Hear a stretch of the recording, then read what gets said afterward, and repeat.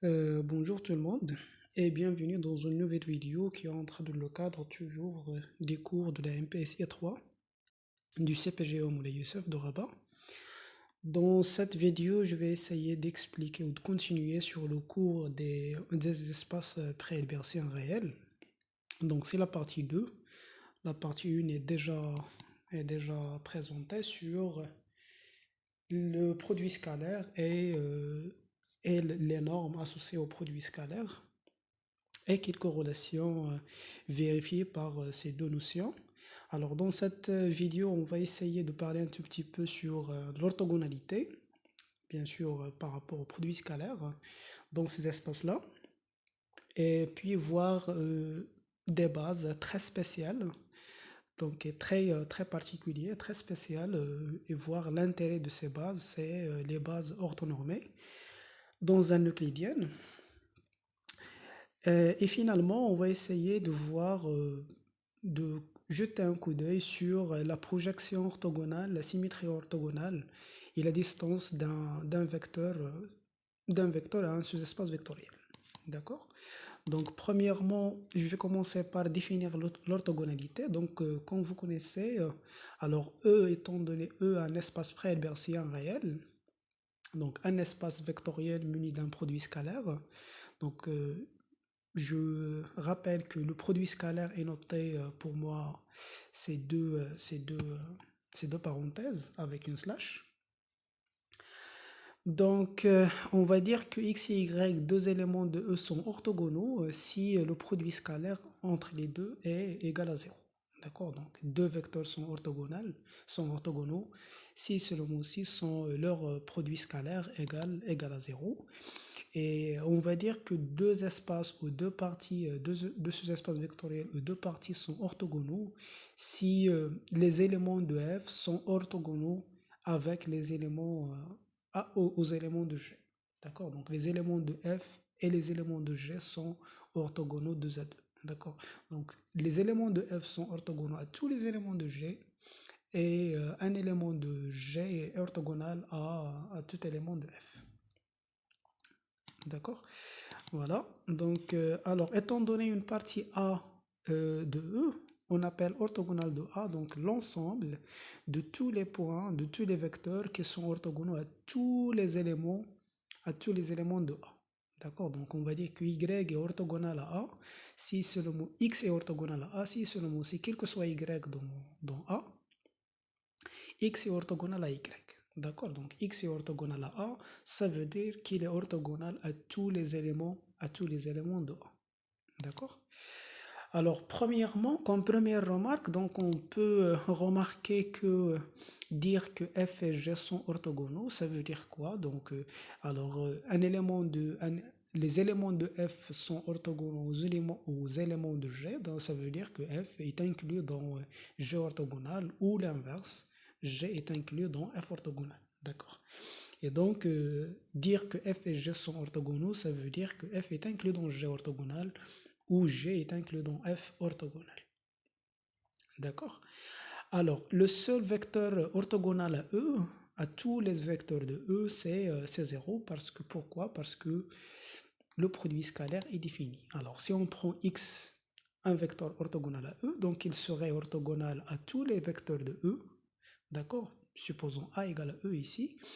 Et donc, il va être orthogonal à lui-même. Ça veut dire x égale à 0. Le produit scalaire x égale à 0, ce qui implique que x égale à 0. Voilà. Alors, deux vecteurs sont orthogonaux, non nuls, sont orthogonaux si seulement si leur écart angulaire vaut P sur 2. Ça veut dire que l'angle entre les deux, l'angle associé au produit scalaire est égal à 0, égal à P sur 2.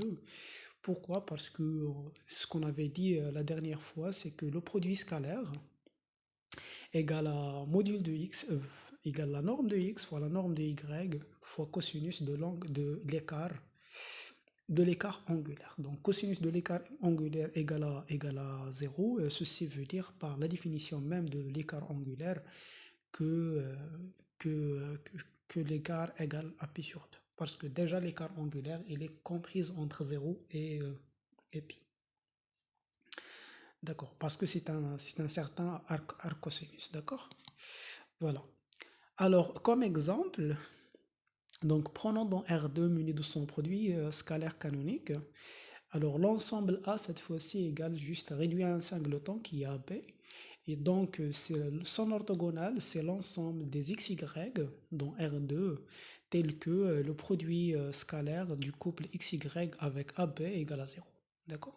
Et donc, le produit scalaire xy égale AB, c'est juste ax plus by. Et donc, l'orthogonal à un point AB, donc à un vecteur AB dans R2, est la droite d'équation ax plus by égale à 0. Donc, la droite linéaire ax plus by égale à 0. Et c'est bien évidemment, vous pouvez voir que c'est un espace vectoriel. Donc, c'est l'équation d'un espace vectoriel, d'un hyperplan de R2 même. Alors, si on prend par exemple dans R3, les deux vecteurs U et V, donnés par exemple comme ça, alors l'orthogonale AA, avec A c'est le couple UV, donc cette fois-ci il est constitué de deux vecteurs, donc l'orthogonale à A c'est l'ensemble des X tels que des vecteurs X, tels que X est orthogonal à U et X est orthogonal à V, d'accord, donc quel que soit comme on a dit, quel que soit y dans A, ici on n'a que deux vecteurs. Et donc x est orthogonal à u et x est orthogonal à v. Donc on écrit qu'est-ce que c'est que xu, le produit scalaire xu égale à 0. Ça veut dire que x1 fois 1 plus x2 fois 1 plus x3 fois 1 égale à 0. D'accord? Donc x1 plus x2 plus x3 c'est xu. D'accord? Puis 2x2 plus 5x3 égale à 0, c'est le produit scalaire de x avec bien sûr x1, x2, x3 sont les vecteurs, sont les coordonnées de x dans la base canonique. Et donc, d'ici, on peut voir que ceci n'est autre que la droite réelle engendrée par ce vecteur-là. D'accord? C'est un espace vectoriel engendré par ce vecteur-là. D'accord? Donc, alors, comme un autre exemple, si on prend E par exemple, cette fois-ci c'est l'ensemble, l'espace des polynômes réels. Donc, on le munit du produit scalaire PQ, c'est la somme des dérivés Km en 0 de P fois les dérivés Km en 0 de Q. Donc, il est facile de voir en fait que si K différent de J, alors si on prend le produit scalaire XK, XJ, donc voilà, donc on fait dériver xk ou on fait dériver xg. Alors on remplace par 0, donc on va trouver 0 nécessairement. Et ceci veut dire que xk est orthogonal à xg, quel que soit k différent de g. Et donc on va dire par la suite que la famille x à la puissance k, cette famille-là, est une famille qui est orthogonale. D'accord? Donc ça veut dire que les éléments différents sont tous orthogonaux, 2 à 2. Bien sûr, évidemment, si vous calculez xk, c'est pas 0 parce que déjà x à la puissance k est différent de 0, ça c'est une raison. Et la dérivée km, alors la dérivée km de x à la puissance k, donc toutes les dérivées vont s'annuler. Hein. Donc s'il ne s'annule pas avec la dérivée, elle va s'annuler avec l'évaluation en 0. Et juste, ça va rester, par exemple, si on prend x à la puissance j, ça va rester juste la dérivée jm de x à la puissance j qui vaut j factoriel. Et donc, xj, ça va être g factoriel au carré. Et donc, c'est une famille qui est bien, on va dire que c'est une famille qui est orthogonale, ça veut dire que deux éléments sont distincts, alors elles sont orthogonales. D'accord? Bien sûr, par rapport à ce produit scalaire. Alors, la nature de l'orthogonale de A, de n'importe quelle partie de A, donc c'est un sous-espace vectoriel de E, comme vous voyez déjà ici. Alors déjà ici, l'orthogonale, donc A ici c'est un singleton, mais son orthogonale est un espace vectoriel. Hein.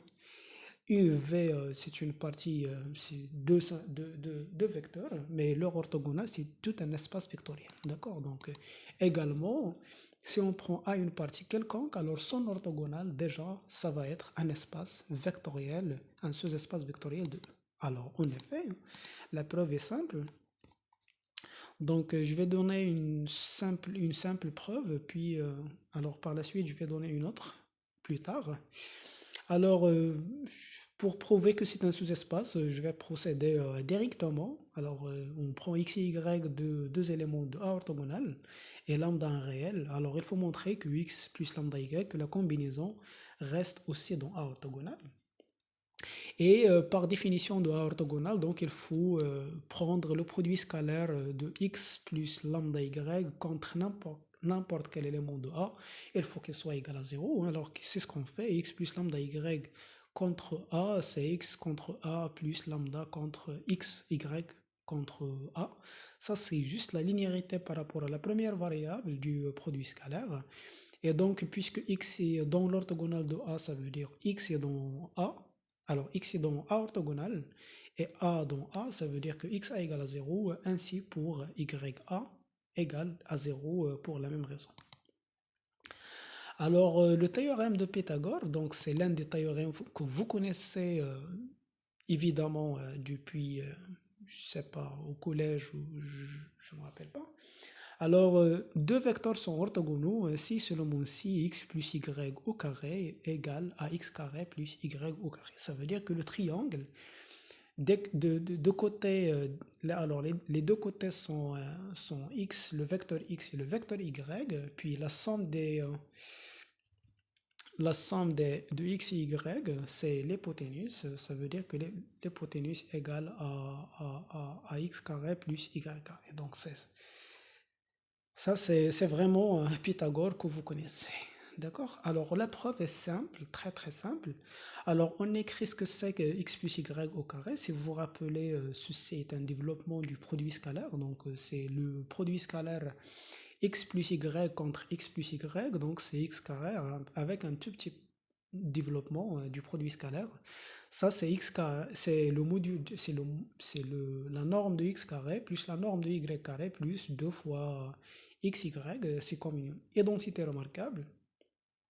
Et donc, voilà, donc pour que x plus y au carré égale à x carré plus y carré, il suffit que xy égale à 0, ça veut dire que x est orthogonal à y. D'accord? Et donc, voilà, on a l'équivalence. Alors, parmi les propriétés de l'orthogonalité, donc on a alors l'orthogonalité est décroissante au sens de la norme, au sens de l'inclusion. Ça veut dire que si A inclus dans B, alors B orthogonal serait inclus dans A orthogonal. Elle est décroissante. Alors, pour toute partie A de E, alors l'orthogonal à A, c'est le même que celui de vecteur A. D'accord? Donc l'orthogonal de A, c'est l'orthogonale de vecteur A, c'est la même chose. Et troisièmement, A est contenu dans A orthogonal orthogonal. D'accord? Donc l'orthogonale de l'orthogonale contient la partie A. Et la quatrième et la dernière pour cette propriété, donc la quatrième propriété, c'est que l'orthogonale de la somme de f plus g égale à l'intersection de f orthogonal plus à l'intersection de f orthogonal et g orthogonal. D'accord? Alors, pour la preuve de ce résultat, alors pour la première, on va essayer de prendre directement un élément de B orthogonal et montrer qu'il est dans A orthogonal. Donc, voilà, donc on va prendre x dans B orthogonal. Et pour montrer que c'est dans A orthogonal, alors il faut montrer qu'elle est orthogonale à tout élément de A. Et donc, XA, alors XA, donc x contre A, donc c'est x contre A, mais cette fois-ci, x il est dans B, orthogonal, mais A il est dans quoi? Il est dans A qui est dans B, donc un élément de B et un élément de B orthogonal, donc leur produit scalaire égal à 0, bien évidemment.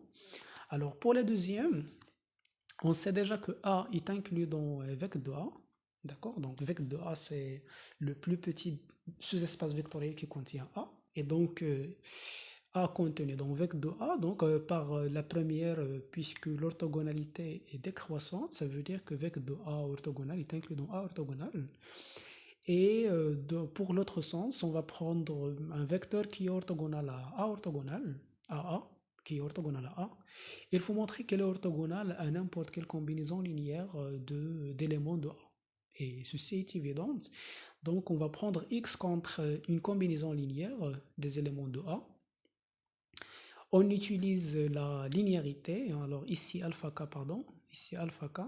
Alors, on utilise la linéarité par rapport à la deuxième variable. Donc, on obtient que la somme des alpha k x xk égale à 0. Pourquoi? Parce que les xk sont dans A et le x, il est dans A orthogonal. Donc, ceci veut dire que x est dans vecteur de A orthogonal parce que vecteur de A, c'est l'ensemble des combinaisons linéaires des éléments de A.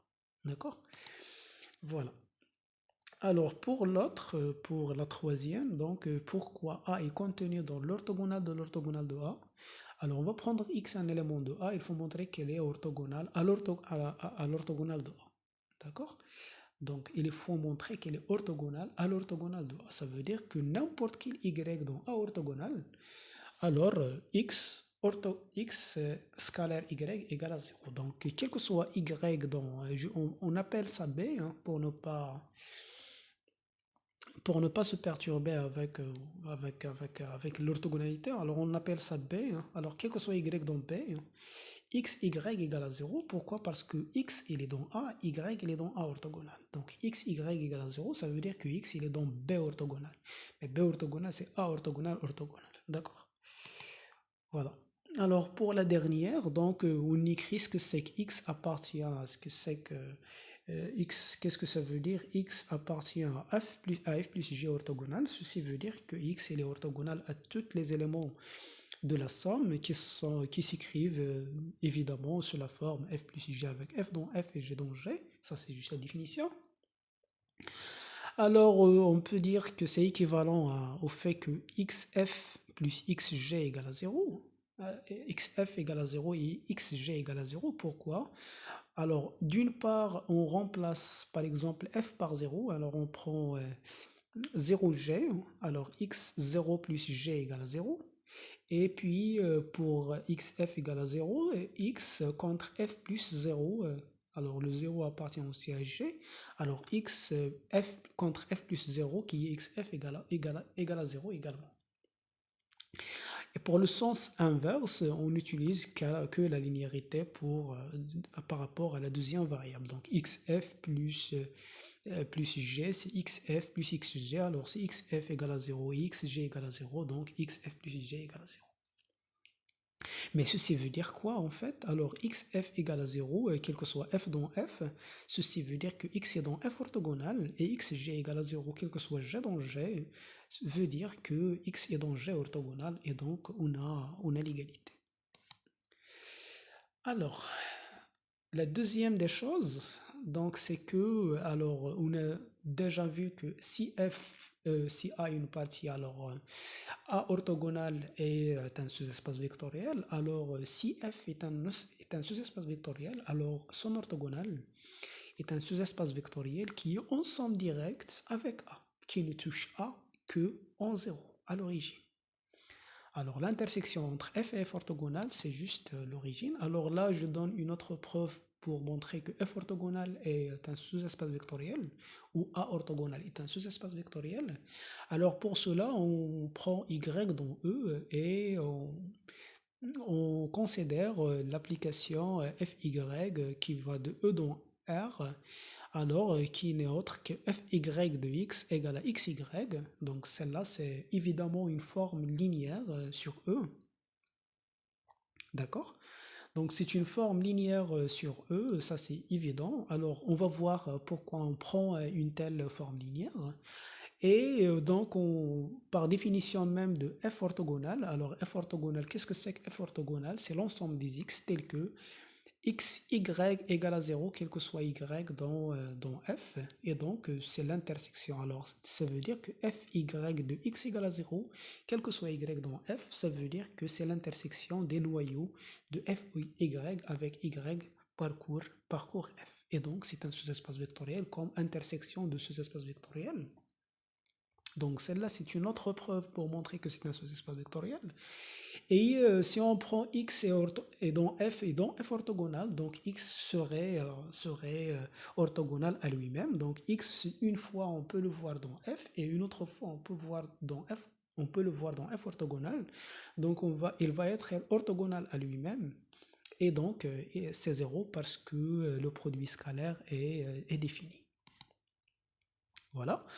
Alors, si on prend maintenant E un espace euclidien, alors ici je dis ni euclidien ni rien du tout, E un espace pré-hilbertien quelconque, mais là on ajoute la condition euclidienne, alors elle est écrite en rouge parce que c'est vraiment très très intéressante.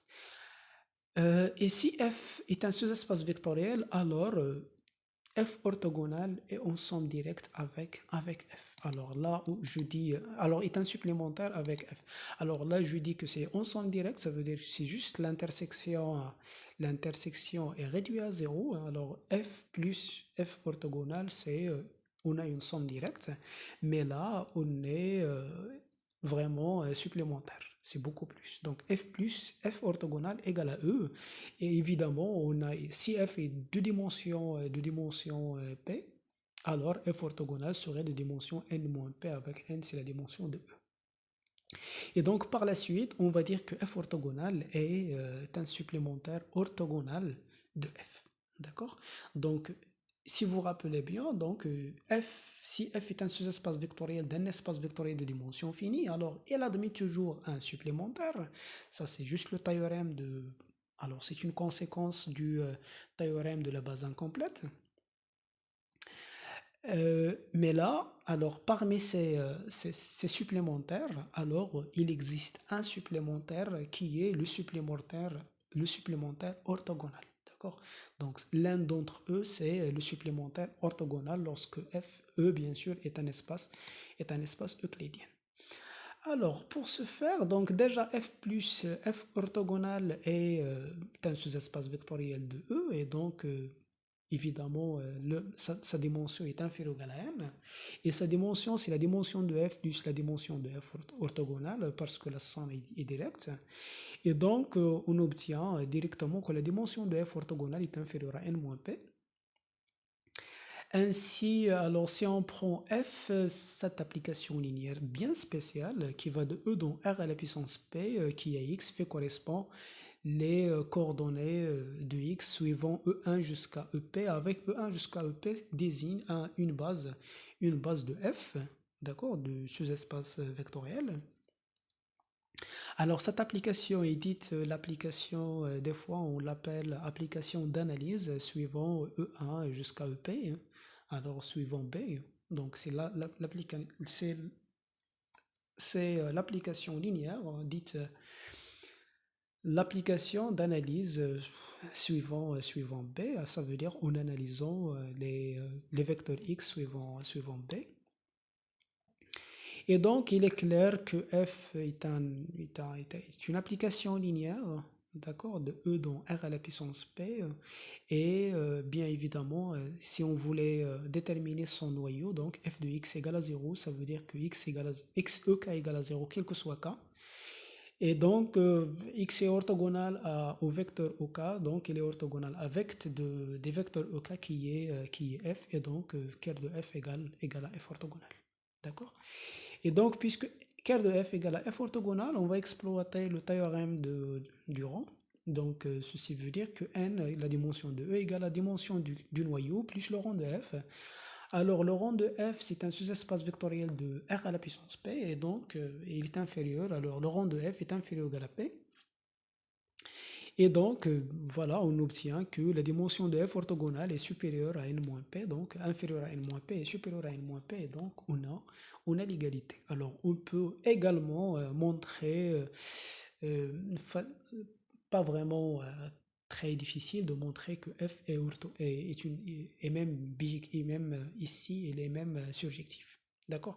Mais bon, on va voir ceci plus tard. Ça veut dire que, étant donné alpha 1 jusqu'à alpha p, on peut construire un élément de E à partir de ces éléments. Bien sûr, on va juste l'exprimer dans la base E1 jusqu'à EP. Donc, on va voir que c'est vraiment la somme des alpha k fois EK, c'est l'élément antécédent. C'est l'un des éléments antécédents de alpha 1 jusqu'à alpha p par cette application. Alors, Alors là, je reviens sur la condition euclidienne et donc je vais dire que cette application-là, alors f est orthogonale, f est supplémentaire avec f orthogonale, n'est pas toujours vrai dans le cas de dimension infinie. Et donc, là, il y a une classe d'espace de dimension infinie dans lesquels cette propriété reste aussi vraie. Et donc, ce sont des espaces qu'on appelle les espaces de Hilbert. Et donc, voilà, donc par exemple, si on prend par exemple cet espace-là, alors E égale à R de X, évidemment ce n'est pas un espace de Hilbert, alors on le munit par ce produit scalaire, et donc on calcule, si on calcule l'orthogonale de X jusqu'à X à la puissance K avec K supérieur ou égal à 1, et donc ben, il n'est pas du tout difficile de montrer que l'orthogonale est réduit à 0. Donc l'orthogonale de f est réduit à 0, mais f plus 0 n'est pas du tout. F plus 0, c'est f n'est pas égal à e parce qu'ici il nous reste les termes constants. D'accord. Et donc f et f orthogonale, bien sûr, elles sont ensemble directes, la somme est directe. F ne touche pas f orthogonale juste à l'origine, mais f et f orthogonales ne sont pas du tout supplémentaires orthogonaux. D'accord, ils ne sont pas du tout supplémentaires. Alors, quelques conséquences du théorème précédent, c'est que, alors on a déjà vu que f est inclus dans f orthogonal orthogonal, ou a est toujours inclus dans l'orthogonal de l'orthogonal. Maintenant, si f est un sous-espace vectoriel, alors f égale également à l'orthogonal de l'orthogonal. Alors, ceci aussi n'est pas du tout vrai en dimension infinie. Alors, c'est pour cela que j'écris espace euclidien. D'accord? Espace euclidien. Alors, c'est déjà clair d'ici. Alors, si vous calculez f orthogonal, orthogonal, c'est 0. Hein. F orthogonal, orthogonal, c'est E. Mais, donc, l'orthogonal à 0, c'est E. L'orthogonal à F, c'est 0. L'orthogonal à E, l'orthogonal de E, c'est 0. Et l'orthogonal de 0, c'est E. Hein. Donc, alors f inter g orthogonal également égale à f orthogonal plus g orthogonal. Alors, on a déjà vu que f plus g orthogonal égale à f orthogonal inter g orthogonal. Maintenant, c'est une autre propriété. Alors, je rappelle la propriété que nous avons déjà démontrée avant. Alors, ici, c'est là. F plus g orthogonal. Alors, l'orthogonal de f plus g, c'est l'intersection des orthogonaux de f, de l'orthogonale de f et l'orthogonale de g. Mais là, c'est un tout petit peu différent. Alors, l'orthogonale de l'intersection, c'est la somme des éléments orthogonaux. Hein. C'est vraiment, c'est pas la même chose. Mais toujours dans un euclidien, d'accord, dans un espace euclidien. Alors pour ce faire, donc pour la première, déjà on a déjà montré que f est dans l'orthogonale de l'orthogonale. Et donc voilà, donc d'après le théorème précédent, alors puisque E est un euclidien, alors f et f orthogonales sont supplémentaires et l'orthogonale de f orthogonale est aussi un supplémentaire de f orthogonale. L'orthogonale de l'orthogonale, c'est celui-là. Et donc, on obtient que la dimension de f, d'accord, c'est la dimension de E moins la dimension de f orthogonale. Et également, la dimension de f orthogonale, c'est la dimension de E moins la dimension de f orthogonale. Et donc, elles ont la même dimension. Et donc, puisque f est un seul espace vectoriel qui est contenu dans f orthogonale, et les deux espaces vectoriels ont même dimension, ceci veut dire que f égale à f orthogonale. Alors, pour l'autre, on applique juste la propriété que je viens de rappeler. Hein. Alors, f orthogonal plus g orthogonal égale à... Alors, f orthogonal plus g orthogonal, le tout orthogonal, égale à f orthogonal qui est f, inter g orthogonal qui est g. Donc, ça, c'est la quatrième propriété que je viens de rappeler. Puis cette propriété-là, d'accord, alors il faut appliquer la quatrième propriété que je viens de rappeler, f plus g orthogonal égale f orthogonal inter g orthogonal avec celle-là. Bien sûr, on applique pas à F et à G, mais c'est à F orthogonal et G orthogonal. On applique la propriété 4 pour la troisième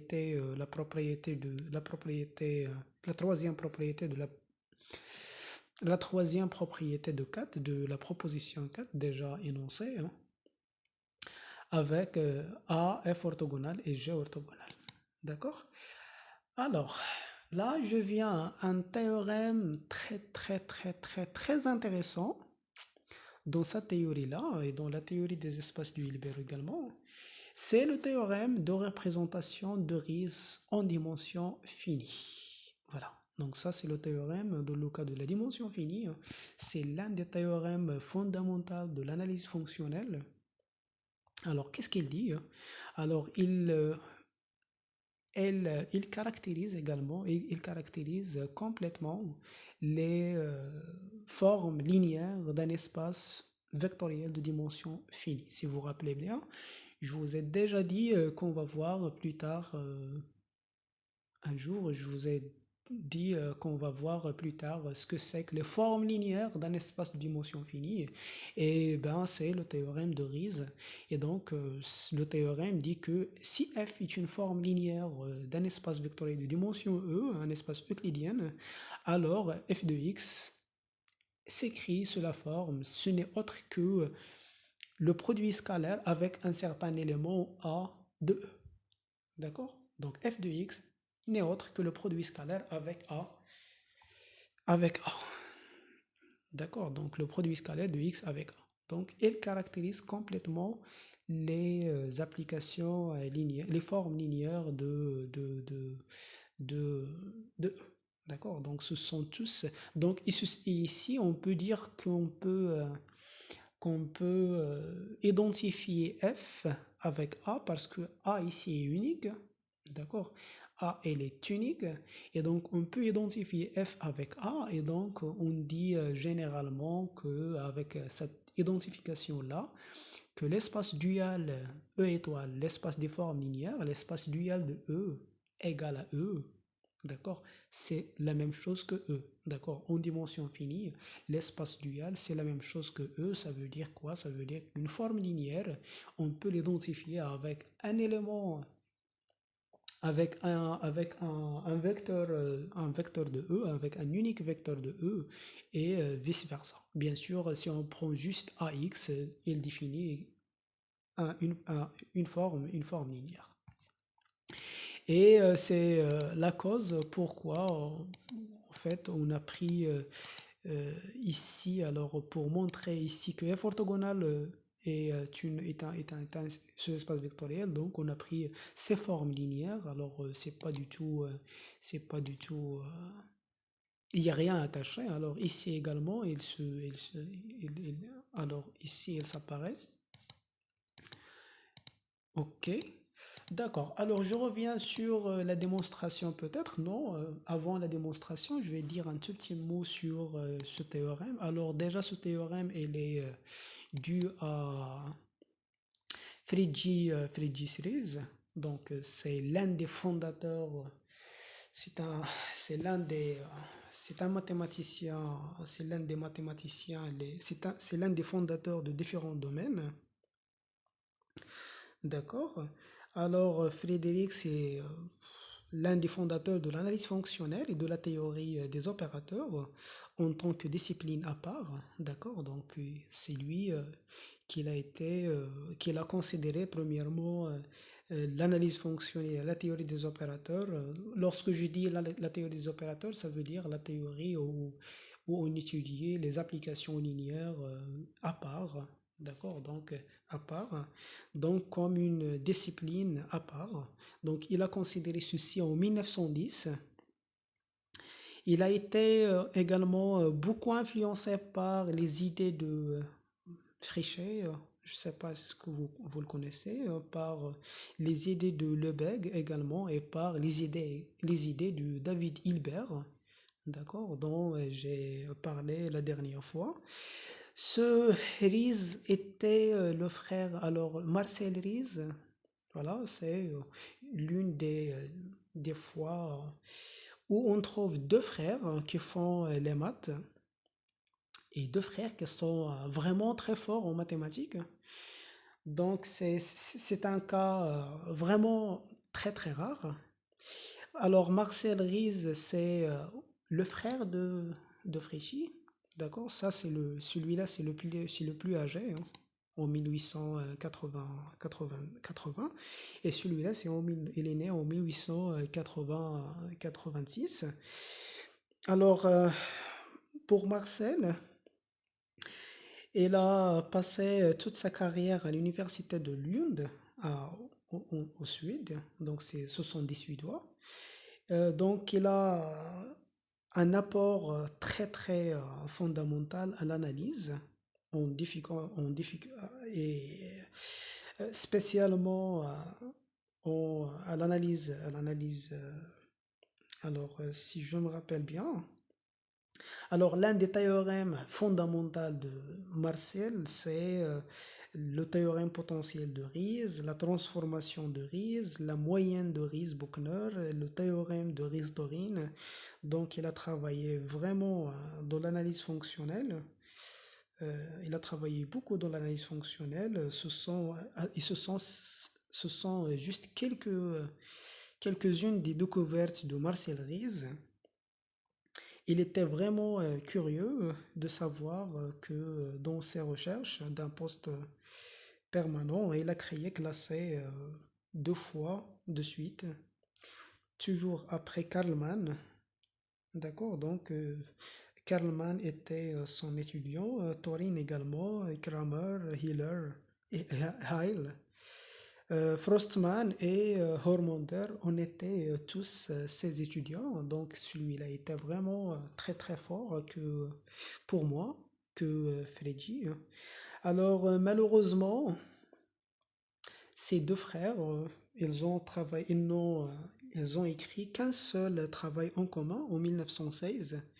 Ce travail, on le connaît sous le théorème des frères Ries et il est devenu elle est devenue vraiment très important pour l'analyse harmonique et ses applications. D'accord, donc ce sont vraiment deux frères très très très très forts en analyse harmonique et en analyse fonctionnelle. Bon, alors maintenant je vais passer à la preuve du théorème du Ries. Alors, pour la preuve, donc pour l'existence de A, alors si f est nul, on va prendre A égale à 0, hein, carrément. Et si f est différent de 0, si f est non nul, alors son noyau est un hyperplan, d'accord? Et donc son orthogonale serait par le théorème que je viens d'énoncer, donc il est un hyperplan s'il est de codimension A, et donc l'orthogonale est de dimension 1, donc serait une droite vectorielle. Et donc, on va poser lambda, c'est f de u, hein, d'accord? Et f, c'est la forme. Donc, f de u est nécessairement différent de 0, hein, parce que le noyau, il est dans l'orthogonale du noyau, c'est pas de le noyau, hein. On pose A égale à lambda sur U carré fois U, hein. Alors, pourquoi ça? Pourquoi cette normalisation? Lambda, c'est ça. On voulait juste que f de x égale à x scalaire u. Et donc, ce qui va rester en fait, alors ça va sortir en fait directement. Alors f de x égale à x. Donc pour trouver a, alors on opère avec alpha fois u, et on va obtenir que alpha égale à lambda sur u carré. D'accord? Bon, c'est juste par le calcul de f de u, je crois. Par le calcul de f de u, hein. Donc voilà. Alors, pour l'unicité, on suppose que B, un autre vecteur vérifier cette équation. Et donc, on obtient que AX égale à f de x égale à bx. Ceci veut dire que a moins bx égale à 0, hein, quel que soit x dans E. Et donc, x serait orthogonal à E. Donc, b moins a moins b est orthogonal à E. Donc, a moins b égale à 0. où on remplace x par a moins b, donc on trouve que a moins b égale à 0, et puisque le produit scalaire est défini, donc a moins b égale à 0, et ceci implique que a égale à b.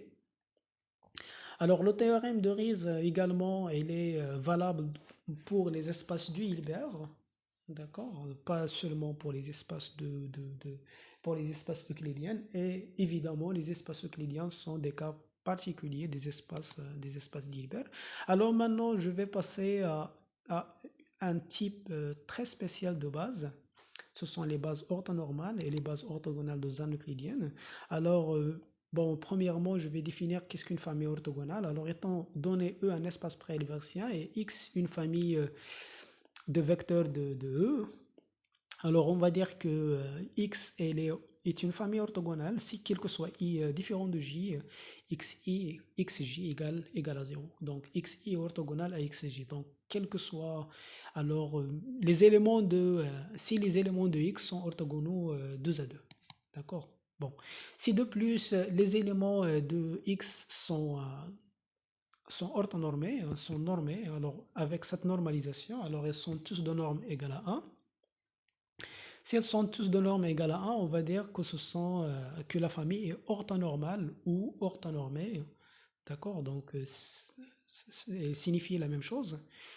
Donc, on va dire que X est une famille orthonormée. Hein. Alors, comme exemple, si on prend dans Rn la base Rn munie de son produit scalaire canonique, alors la base canonique, si vous prenez EI, EJ avec I différent de J, c'est bien évidemment égal à 0. Et donc, la base, c'est une famille qui est orthonormale. Alors aussi dans Mn de R, donc dans les matrices carrées munies de son produit scalaire qui est trace de transposé de A fois B. Alors si on prend la base canonique, c'est également une base orthonormale par rapport au produit scalaire considéré. Alors je reviens également sur la famille x à la puissance k, c'est une famille orthogonale, déjà dit avant, par rapport à ce produit scalaire. Également, si on considère dans Rn de x, alors dans les polynômes de degré inférieur égal à n, dans Rn de x, si on considère les polynômes de Lagrange, d'accord? Donc les polynômes de Lagrange associés à n plus 1 point, distincts de R, alors les polynômes, on considère dans Rn de x le produit scalaire qui est la somme des évaluations de produits des évaluations en AK. Et donc, il est facile de voir que cette famille-là, c'est une famille orthogonale. C'est même une base orthonormale. D'accord?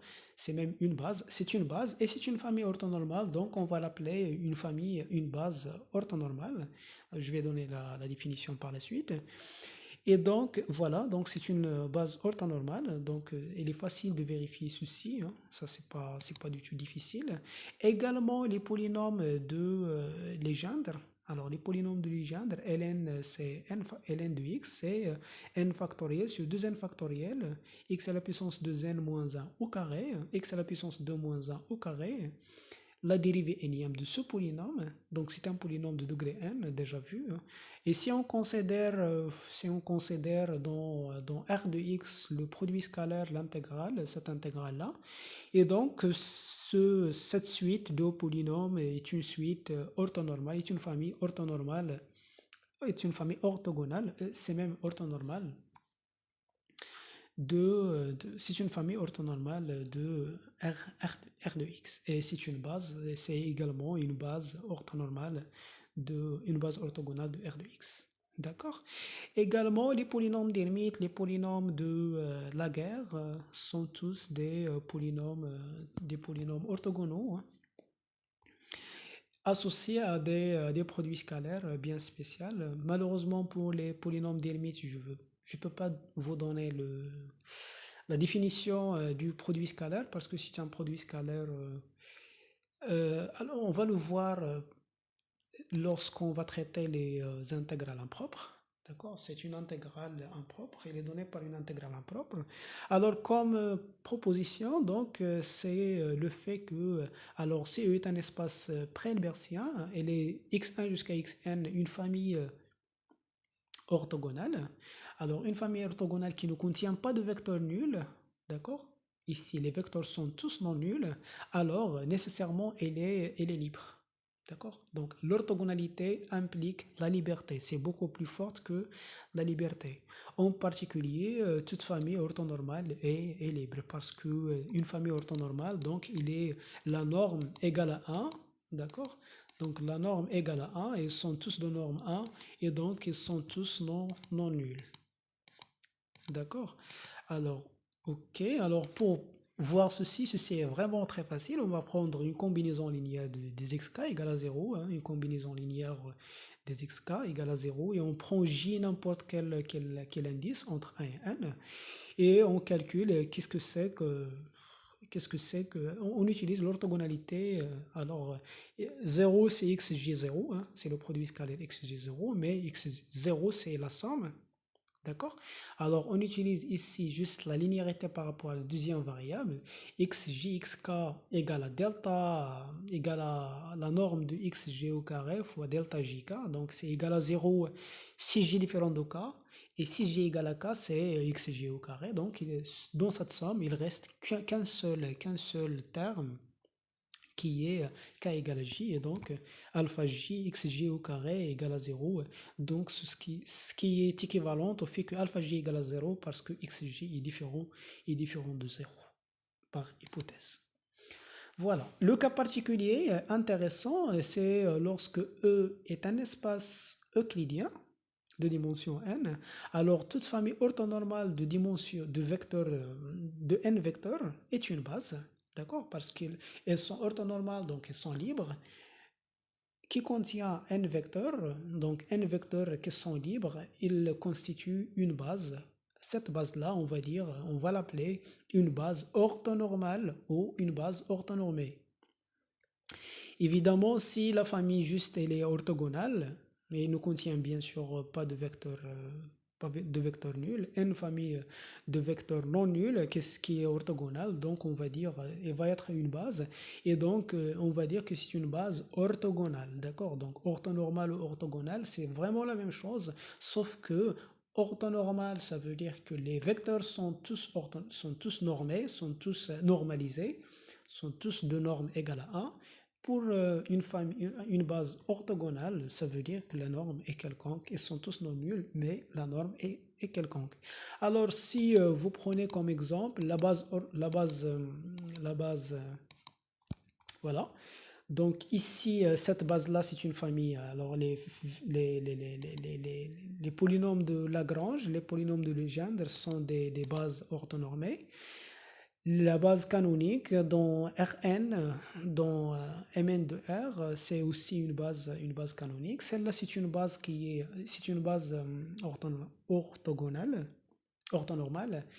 Celui-là, même si celui-là n'est pas du tout une base, alors oui, bon, ici il y a des trucs, hein, pardon. Alors ici, oui, je retire les polynômes de Legendre, les polynômes de Legendre. Donc, les polynômes de Lagrange sont une base orthonormale pour Rn de x.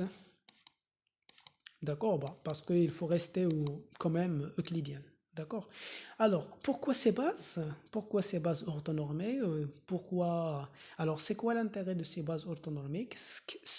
C'est quoi la chose spéciale dans ces bases orthonormées?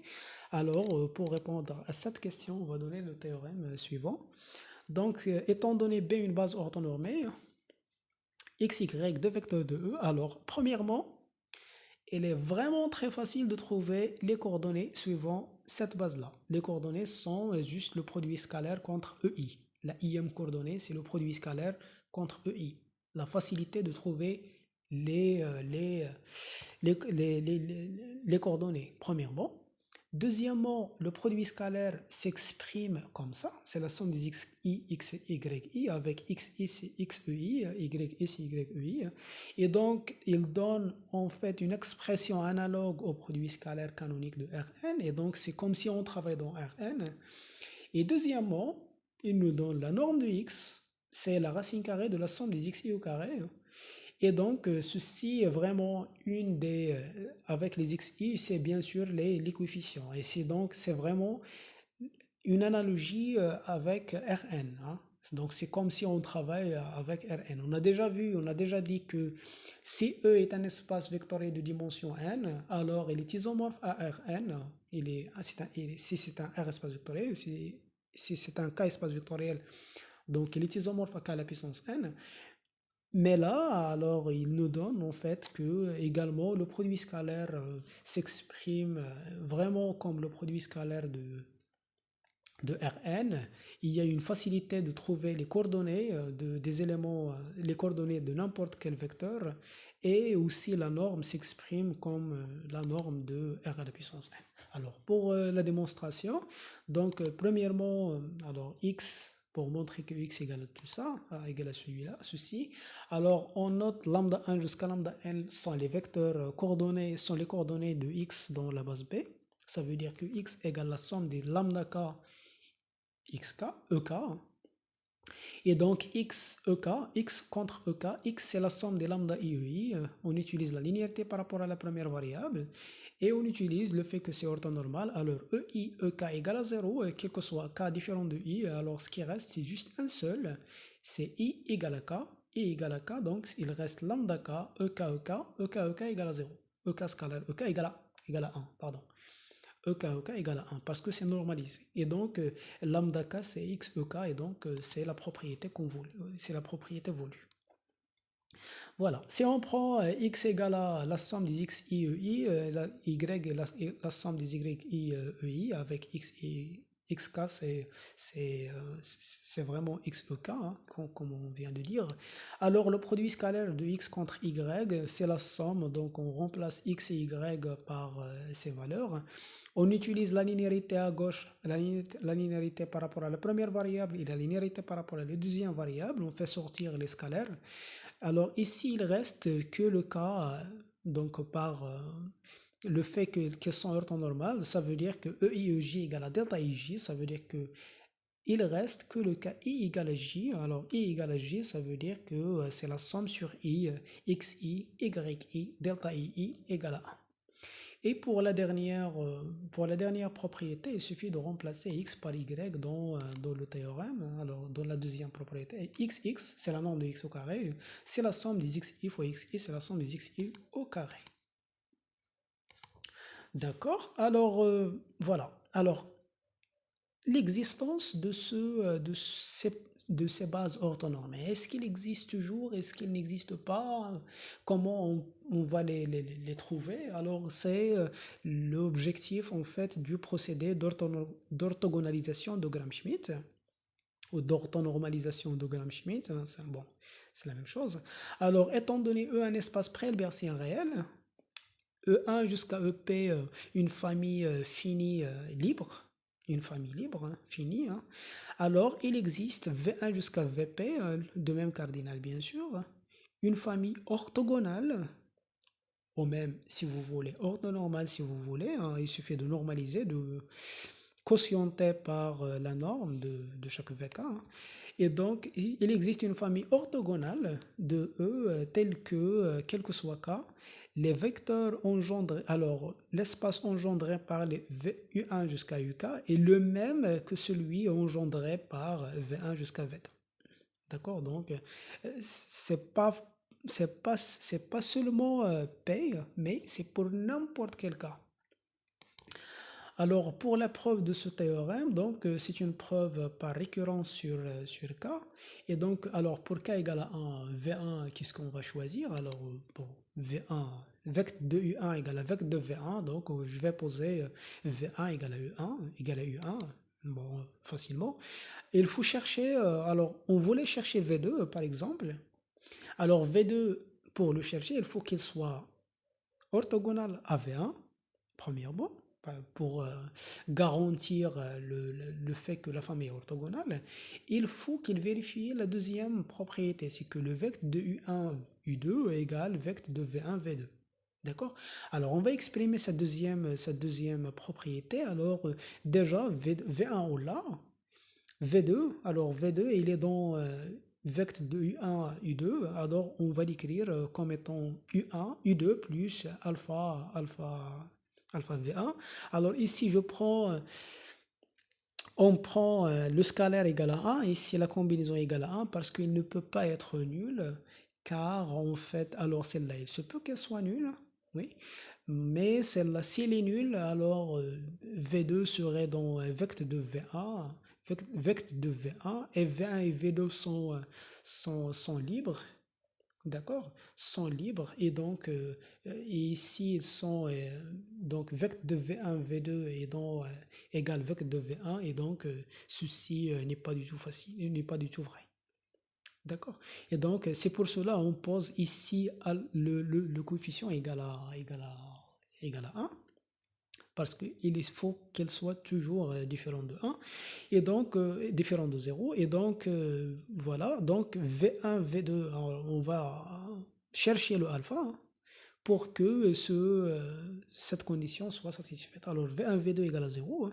Donc on utilise la linéarité par rapport à la deuxième variable, donc on remplace V2 par sa valeur U1 plus alpha U2, et donc on obtient que V1 contre U2 plus alpha V1 contre V1 égale à 0, ce qui veut dire que alpha égale à moins U1 V1 sur V1 V1 sur la norme de V1 au carré, et donc V2 égale à U2 moins le produit scalaire de U1 V1 et de U2 V1 sur la norme au carré de V1 fois V1. C'est tout. Alors, on ajoute le V3, c'est juste pour que vous voyez comment le procédé et ça marche, parce qu'en fait, c'est vraiment pas la preuve qui est importante, c'est vraiment pas le résultat, oui, il est très important, mais c'est le procédé, comment on extrait la famille qui est vraiment très important. Et donc, c'est pour cela que j'ajoute le V3. Alors, nous cherchons un V3 dans E tel que, alors, il soit orthogonal à V1 et à V2. V1 et V2 ils sont déjà orthogonaux. Donc V3, il faut qu'elle soit orthogonale à V1 et à V2. Et il faut aussi que l'espace engendré par U1, U2, U3 est le même que celui engendré par V1, V2, V3, par V1, V2, V3. D'accord? Et donc, voilà. Donc, de la même façon, V3, il faut qu'il s'exprime en U3, hein, nécessairement. Alors, donc c'est pour cela qu'on pose ici le coefficient égal à 1. Et voilà une autre coefficient, donc V3 dans le vecteur de U1, dans U3 V1 V2, donc on va l'écrire comme étant. Alors, pourquoi ce passage on utilise celui-là, hein? U1, U2, U1, U2, on peut les remplacer par V1, V2, hein. Et donc, on va l'écrire, donc V3 égale à U3 plus alpha 1 U1 plus alpha 2 U2, V2. Il faut chercher alpha 1 et alpha 2 pour que ces deux conditions soient satisfaites. Alors, V3 contre V1 et U3, alors c'est U3 contre V1, et alpha 1 V1 contre V1, puis alpha 2 V2 contre V1 égale à 0, hein, parce que V1 et V2 sont orthogonales. Et donc alpha 1 c'est U1 U3 V1 sur la norme au carré de V1, sur le carré de la norme de V1. Pour alpha 2, c'est la même chose, le même calcul. Donc on trouve que V2 s'exprime sur la forme V3 U3 moins le produit scalaire U3 V2 sur la norme au carré de V2 suivant la direction V2 et moins U3 UV1 sur V1 V1 V1. Donc c'est vraiment la même expression, hein, si vous voyez bien. Ici, alors 2, 2, 2, 3, 3, 3, 3. Et puis V1, V2. Alors ici, il n'apparaît que V1, ici, que V2, ici que V1 avec U3 bien sûr. Voilà. Alors, supposons maintenant que la propriété est vraie pour K et voilà, et démontrons la propriété pour K plus 1. Alors, pour UK plus 1, on va la poser de la même façon. VK plus 1, c'est UK plus 1 plus la somme plus une combinaison des autres.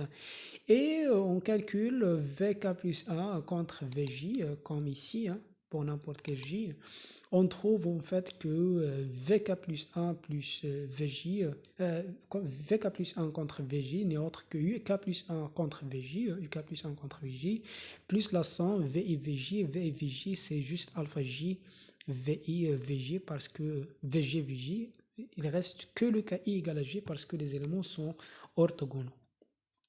Et donc, alpha J égale à moins cette expression-là sur celle-là.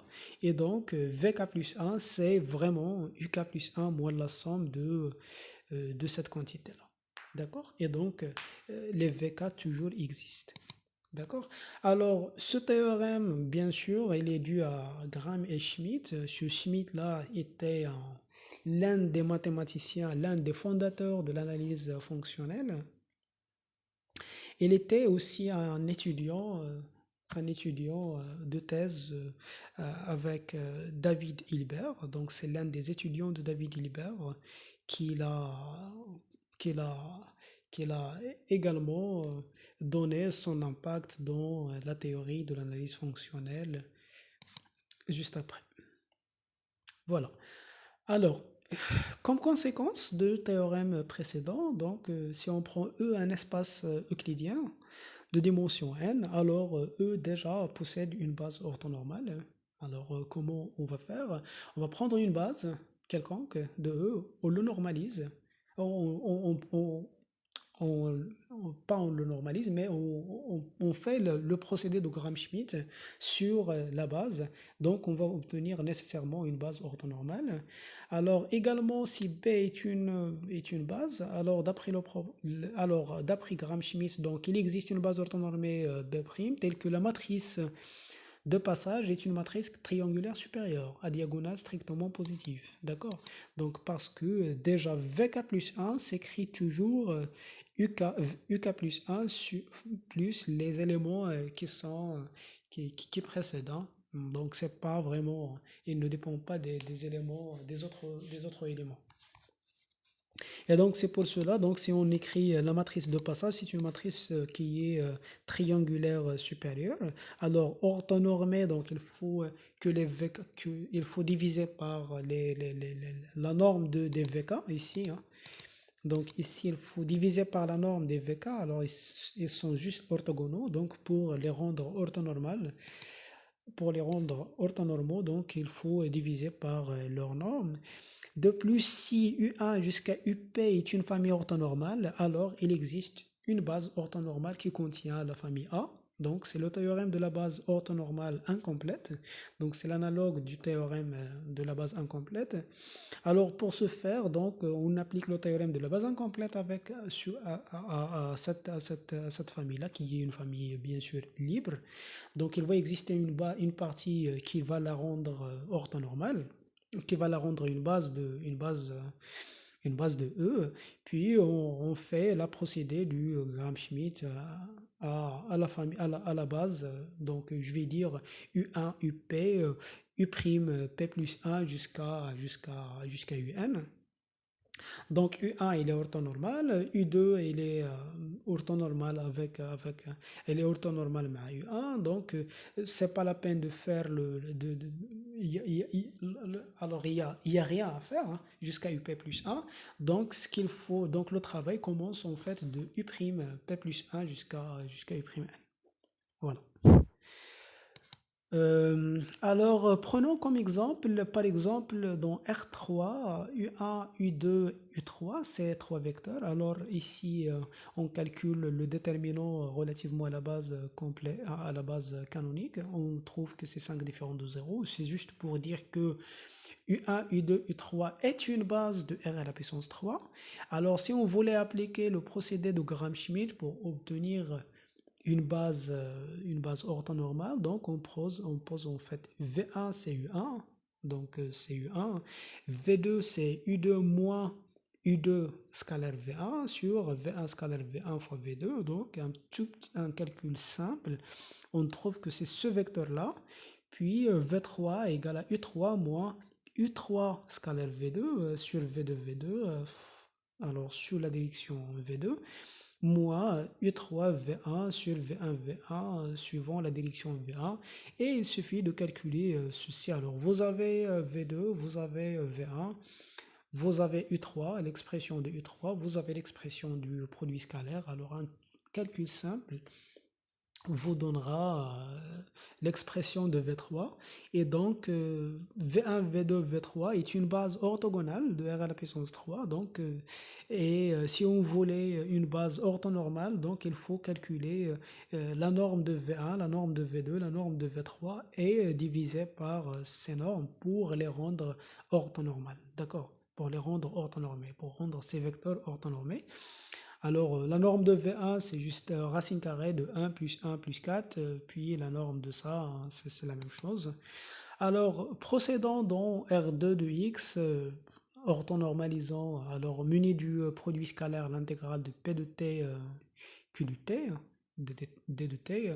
Donc, prenons la base canonique, c'est évidemment, ce n'est pas une base orthonormale hein, par rapport à ce produit scalaire.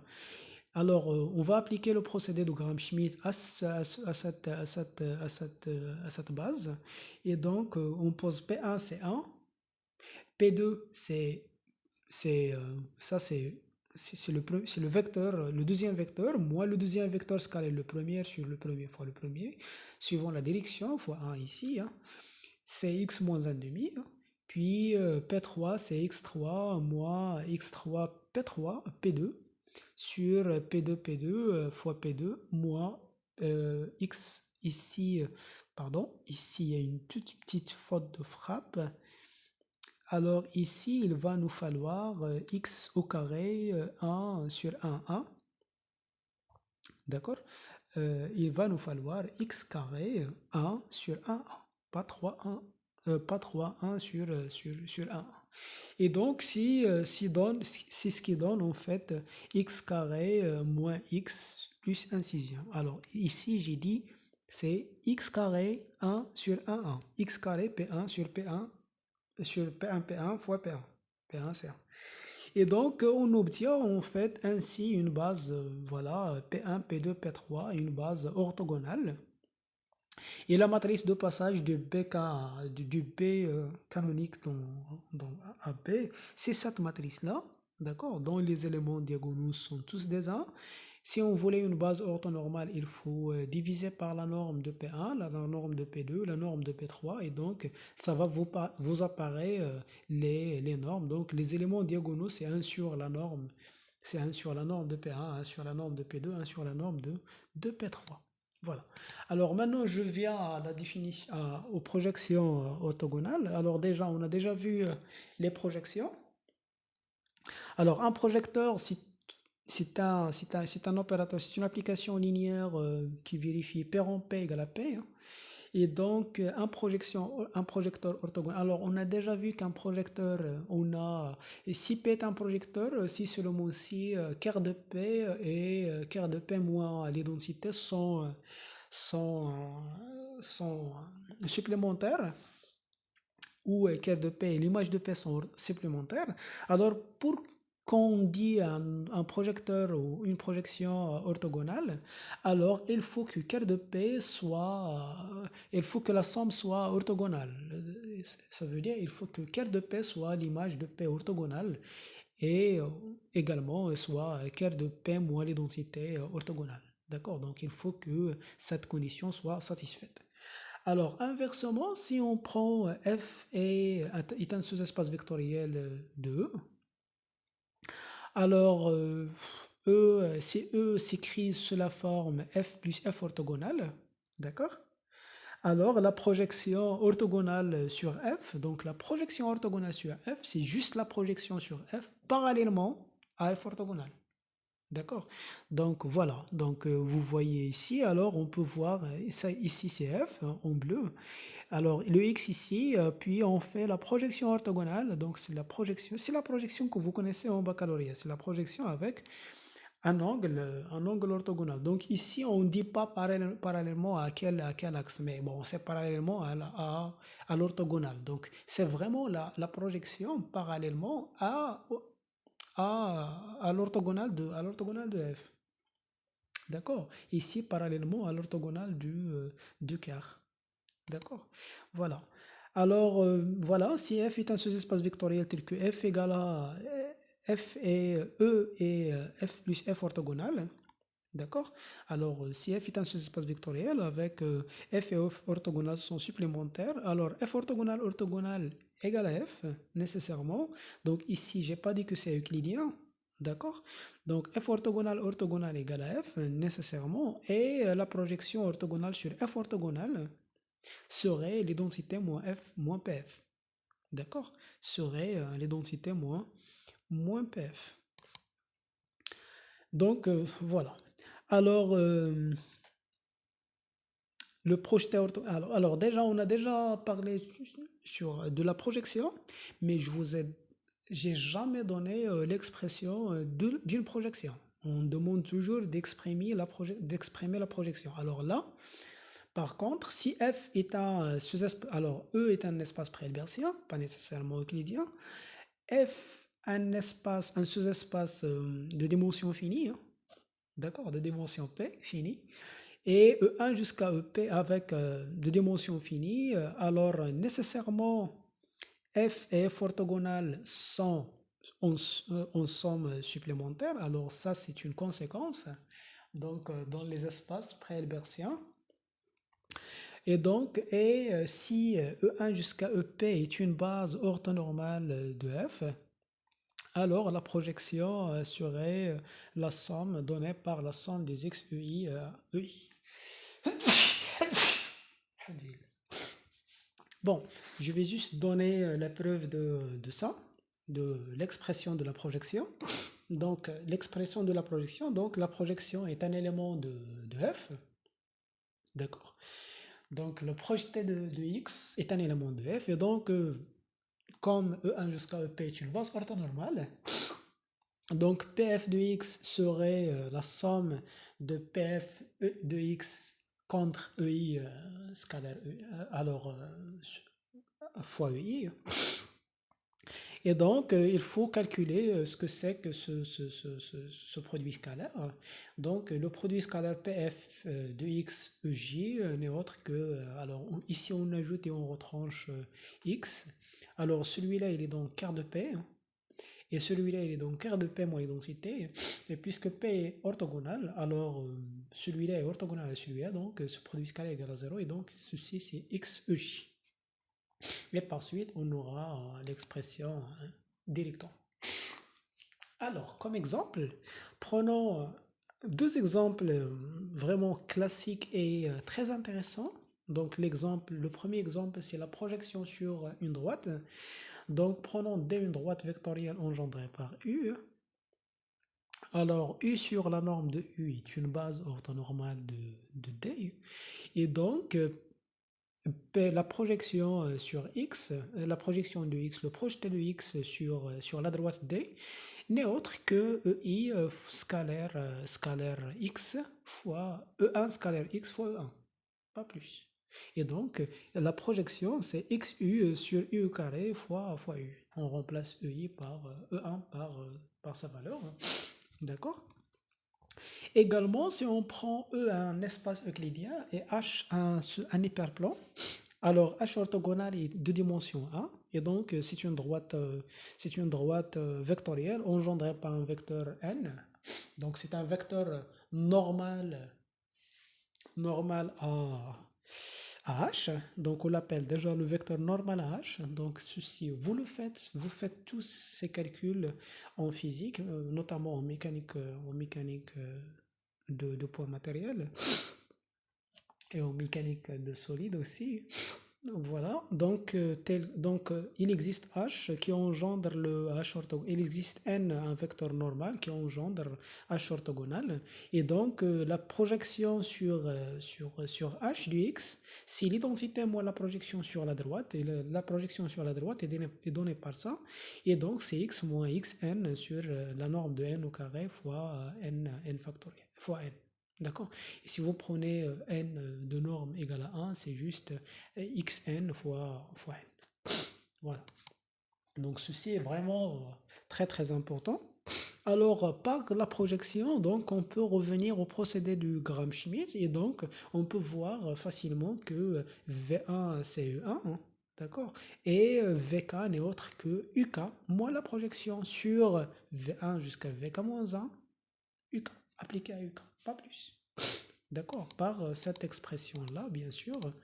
Alors, par cette expression et par l'expression donnée par dans la procédé du... Voilà, c'est celle-là, exactement. Ça, c'est... Voilà, ça, c'est la projection. D'accord? Ça n'est autre que la projection sur... Alors, de 1 jusqu'à K. Alors, ici, on voulait K plus 1. Alors, si on voulait K, la somme de 1 jusqu'à K moins 1. Donc, c'est la projection sur l'espace engendré par V1 jusqu'à VK moins 1. Voilà. D'accord, on est ça, hein, voilà, ici. Alors, comme on parle du projection, on peut parler de symétrie, hein, comme le cas des projections. Donc, une symétrie, c'est S carré égale densité. Donc, c'est une application linéaire bijective d'inverse, inversible d'inverse lui-même.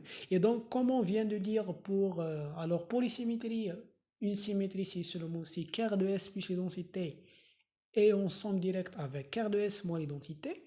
Alors une symétrie orthogonale, donc on fait la symétrie orthogonale, est une symétrie telle que quart de S plus l'identité est orthogonale avec quart de S moins l'identité. Il faut qu'elle soit orthogonale, hein. Ici, c'est quart de S moins l'identité. Et bien sûr, l'espace qui est orthonormal, ici en vert, orthonormal, orthogonal à cet espace, c'est le quart de S plus l'identité. Alors, si de plus le quart de S moins l'identité, cet espace noté en bleu, hein, alors si quart de S moins l'identité est un hyperplan, et celui-là est une droite, alors on dit que c'est une réflexion. D'accord, c'est juste une réflexion, c'est comme le laser, hein. C'est juste une réflexion de X. D'accord, S de X, c'est une réflexion. Alors, comme Z fait correspondre Z bar, hein, c'est comme Z fait correspondre Z bar, c'est une réflexion. Voilà. Alors, alors maintenant, je vais passer à la dernière partie, c'est la distance d'un vecteur à un sous-espace. D'accord? Alors, étant donné x un vecteur, on voulait voir la distance de x. Alors, c'est quoi la distance de x au sous-espace f? D'accord? Alors, pour cela, on va prendre x un vecteur quelconque de E hein, et f un vecteur de f. Alors, on va calculer la distance entre x et f. D'accord? Entre x et f. Ça, c'est la distance entre les deux. Et donc, on ajoute et on retranche la projection de f. Donc, x moins f. Alors, voilà. X, c'est ça. F, c'est ce vecteur-là, hein, n'importe quel vecteur. Et donc, x moins f, c'est quoi? C'est ce vecteur qui est là. C'est ce vecteur qui est là. D'accord? X moins f. Donc, x moins f, c'est quoi? C'est x moins la projection, hein. C'est pf moins la projection plus celui-là, hein. X moins p, moins p, x moins p de x qui est la projection sur l'orthogonale.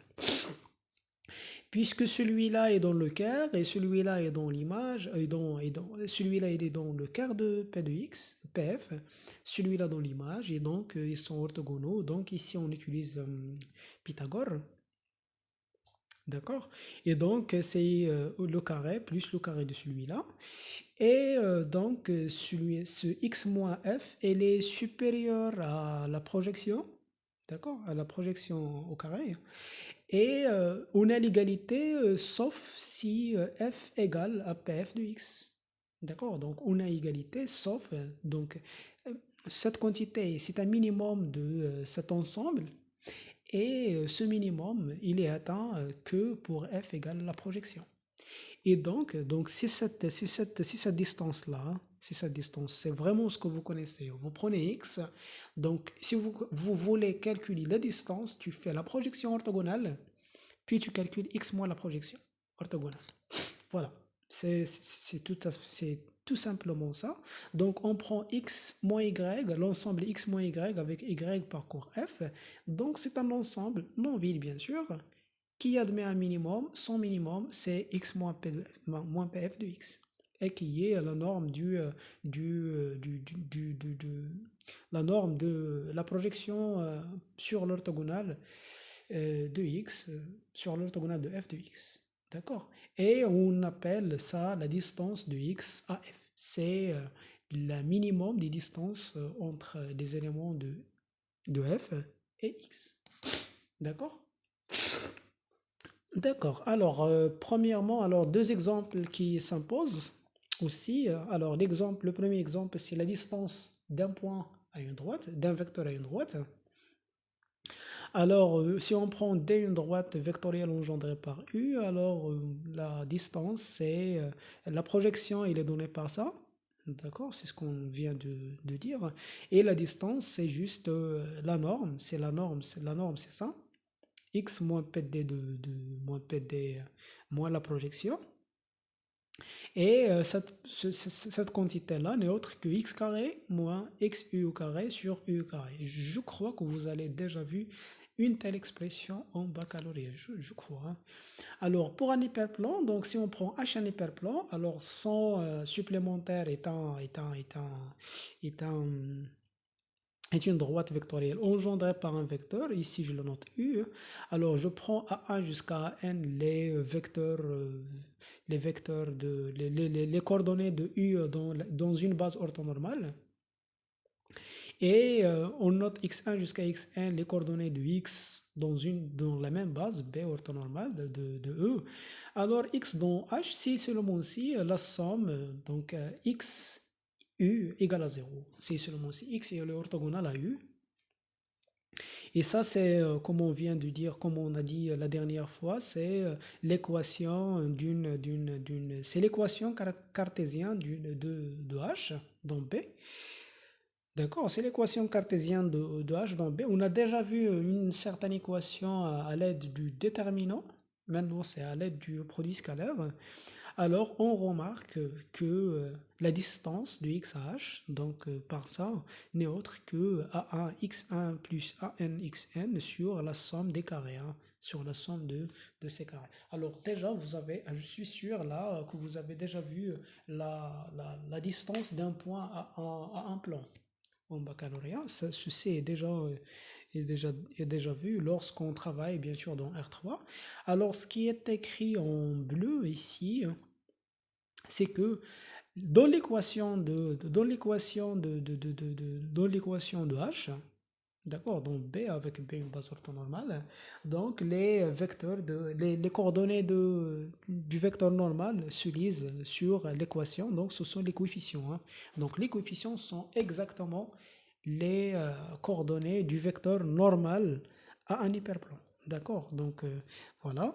Donc les coordonnées d'un vecteur normal à un hyperplan se lisent directement sur une équation cartésienne du cet hyperplan dans une base orthonormale. Donc ce sont vraiment les coefficients. D'accord. Alors comme une dernière application, prenons cette intégrale-là. D'accord, c'est l'inf sur cette intégrale avec A et B parcours R. Voilà. Calculons cette intégrale, calculons cette quantité-là, revient à utiliser la projection. D'accord? Donc, quand vous voyez, lorsque je vous dis ax plus bx carré, avec a et b parcours r, ça c'est quoi? C'est un élément du vecteur de x carré. Pas plus. Donc, c'est la distance de x à la puissance 5 avec cet espace vectoriel. C'est ce qu'on va essayer d'exploiter. Alors, ici, le produit scalaire, c'est, alors, puisqu'on a ici l'intégrale de f au carré, donc le produit scalaire, c'est l'intégrale de p de t, q de t. D'accord? Et la norme, c'est ça, hein, c'est la norme de p de t au carré. On va prendre f, c'est vecteur de x carré. A, c'est la distance de x à la puissance 5 fois f, à AF, de x à la puissance 5 AF. Bien sûr, on n'a pas ici de racine carrée, donc c'est pour cela que j'enlève au carré. Et donc, pour cela, alors, pour calculer cette distance-là, j'ai besoin de déterminer une base orthonormale de f. Déjà. Alors, pour déterminer une base orthonormale de f, alors une base de f c'est x carré. Donc, on fait passer par le procédé de Gram-Schmidt appliqué à ça. Donc, on pose P1 égale à x, P2 égale à x carré moins x carré x sur x fois x, qui n'est autre que x carré moins 3 quarts x. D'accord? Alors, on normalise ces deux vecteurs parce que ça, là, on est juste une base qui est orthogonale. Donc, pour le rendre orthonormal, il faut normaliser. Alors, on normalise, on divise par la norme de P1 et la norme de P2 pour rendre les vecteurs de norme égale à 1. Et donc, on obtient ces deux vecteurs-là, et donc E1 et E2 est une base orthonormale. Et donc, la projection, alors, si j'ai une base orthonormale de f, alors j'ai l'expression de la projection. Voilà. Et donc, on peut calculer la projection de x à la puissance 5, même, la projection.